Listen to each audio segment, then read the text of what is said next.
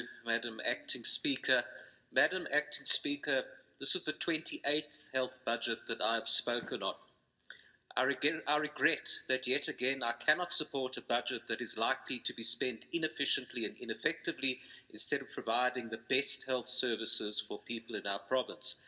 And I have to say, I'm reminded daily by desperate people who contact me because they have been failed by the public health system. And I'm just going to give you one story that I think is truly tragic on many levels.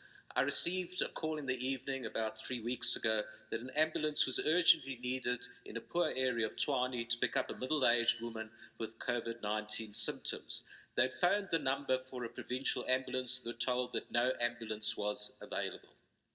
Then they were told an ambulance would arrive, but an hour later it had still not arrived.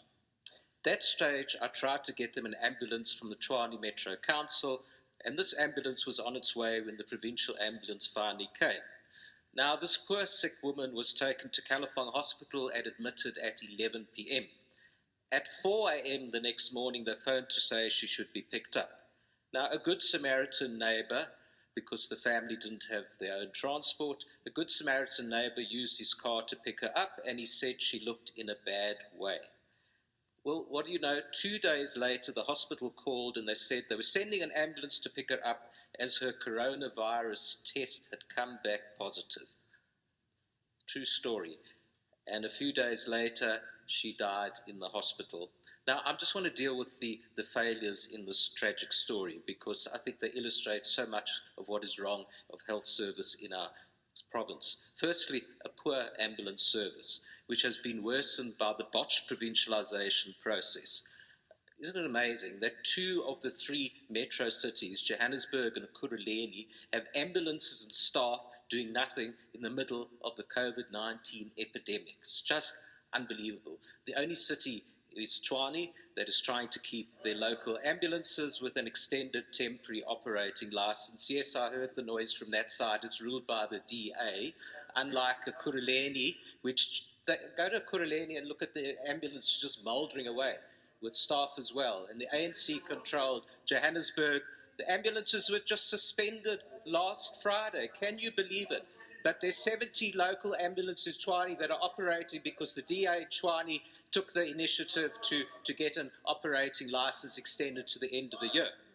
But secondly, it's not just the failure of the ambulance service. It's the criminal irresponsibility of sending a sick woman home with COVID symptoms back to her family, and she put at risk her elderly husband and the Good Samaritan who actually gave her a lift home from the hospital. He had to have a whole series of tests at great expense, and it was just traumatic on every level.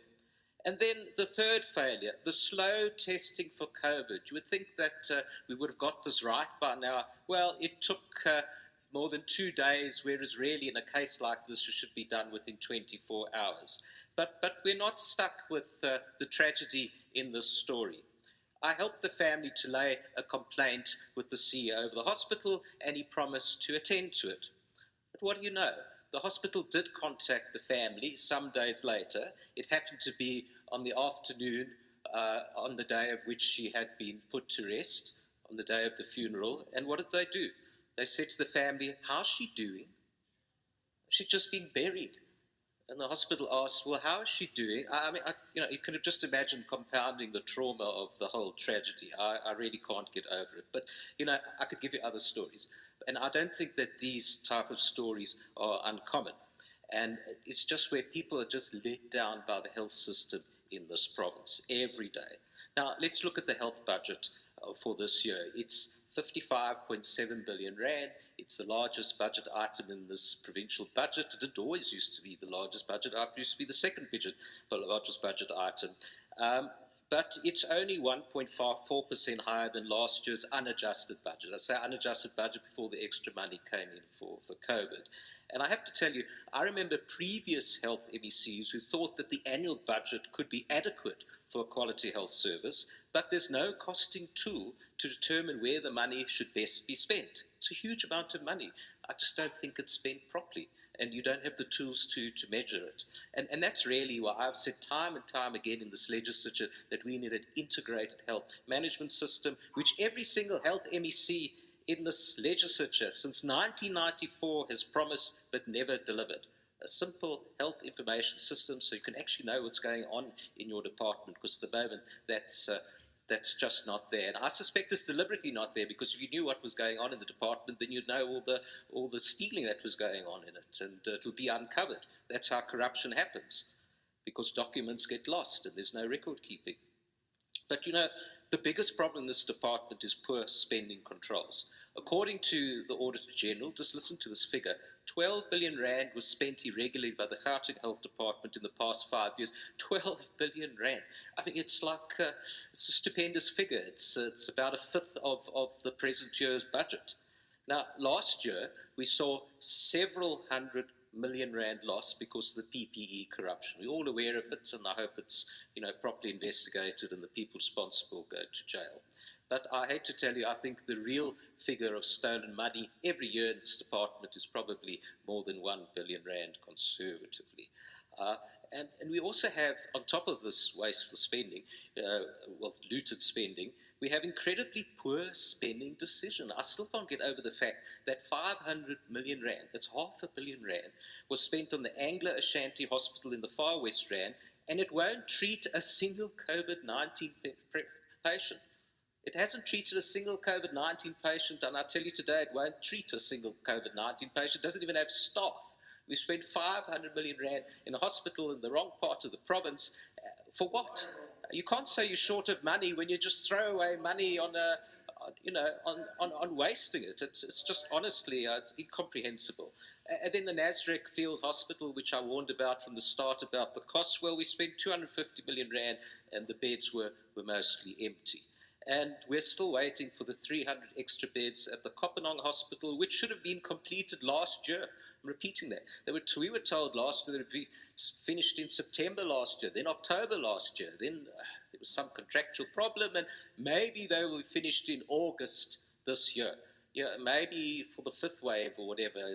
We don't know how long this is going to happen, but honestly, what's the point of spending money if there's no result in the middle of an epidemic? And people have made economic sacrifices because of the lockdowns, precisely so that the provincial government could build extra beds. And that's what the whole idea of flattening the curve is, that you have enough time to provide extra beds and care for people who get sick and save lives. But just the sort of thing that happens in this provincial government. I really want to know, why are the worst contractors chosen for building jobs? They never finish on time, and often a new contractor is needed to finish the job that is way over budget. Now, let me just tell you what the biggest gap is in this budget. It's for the refurbishment of hospitals to make them compliant with occupational health and safety standards. It's just shocking, I have to say, that there's not a single hospital in this province, a single public hospital in this province that meets the required standard for occupational health and safety. Just that, let that sink in. Our hospitals are structurally not compliant. And this is because of years of poor maintenance. The estimated figure is about 8 billion rand to fix our existing hospitals. And you know what? We need another 8 billion rand for desperately needed new hospitals, such as the Kempton Park one, to take the pressure off the Tembisa Hospital. We all know the tragedy of Tembisa Hospital. And what do we get? All we get this year is 2.28 billion rand, which will probably be misspent with the usual failing contractors. That's quite a sizable amount in itself, but who knows if these contractors that get chosen do the job. It's just unbelievable. It was estimated that about 400 million rand was needed for the Sharp and KK Johannesburg Hospital to make it compliant with occupational health standards. Well, Charlotte and KK Hospital wasn't even put on the priority list for that 400 million rand last year. And who knows, I'm sure it was a factor in this terrible fire that has closed down the hospital. Honestly, it's a disastrous failure. It'll cost lives and increase the suffering of hundreds of patients. And in the middle of this epidemic, and this hospital is still closed after a fire that I think should have been prevented or properly contained, and we will see the results of the independent investigation in this. I have my suspicions. But surely we should have known that there's a problem, that it wasn't the first fire that we've had at a hospital, it was the fourth fire. We've had 4 fires at hospitals in the last 6 years, which surely shows there's negligence in this area. What's going on? Why aren't the fire extinguishers in the right place? Why aren't the fire hydrants checked every month? Why was there water not available at the right time at Johannesburg Hospital, honestly?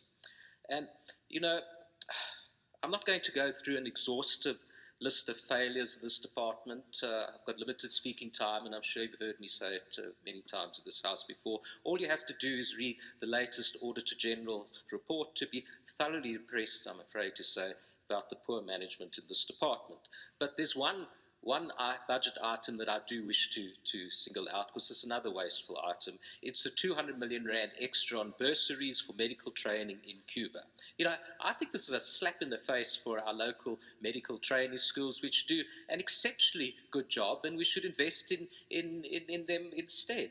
You know, the problem with the training in Cuba is the students there have to do 1 year learning Spanish, and when they come back, they have to do an additional year at our own excellent medical schools, which should get more support from this province. They have to do an extra year at our own medical schools to finish off their training. Yeah, does this make any sense at all? Just invest in our local medical schools. Don't we have confidence in them, honestly?